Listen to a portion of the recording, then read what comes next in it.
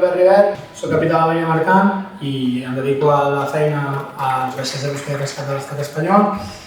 complint amb els objectius principals, que és mantenir la salvaguarda de la vida humana a la mar, la lluita contra la contaminació.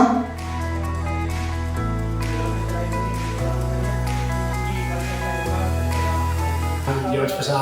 tota la primària i tota la secundària aquí a l'escola, doncs qualsevol de les excursions que hem fet durant els anys, les sortides a la neu, tots els companys que queden, que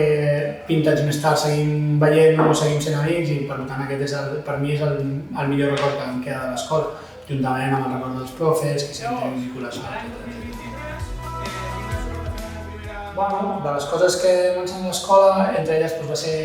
la introducció a la disciplina, intentar ser cada vegada més disciplinat. Sempre hi ha hagut acompanyament per part dels profes, no és una escola que trobis que arribes aquí i ets un número més. Hi ha una vinculació empàtica entre la part docent i els alumnes, que crec que és molt important. No en aquell moment que estàs a l'escola i això, que no la valores, sinó passats els anys i trobes que has fet un camí, recordes d'on vens i allà és on et dones compte de la importància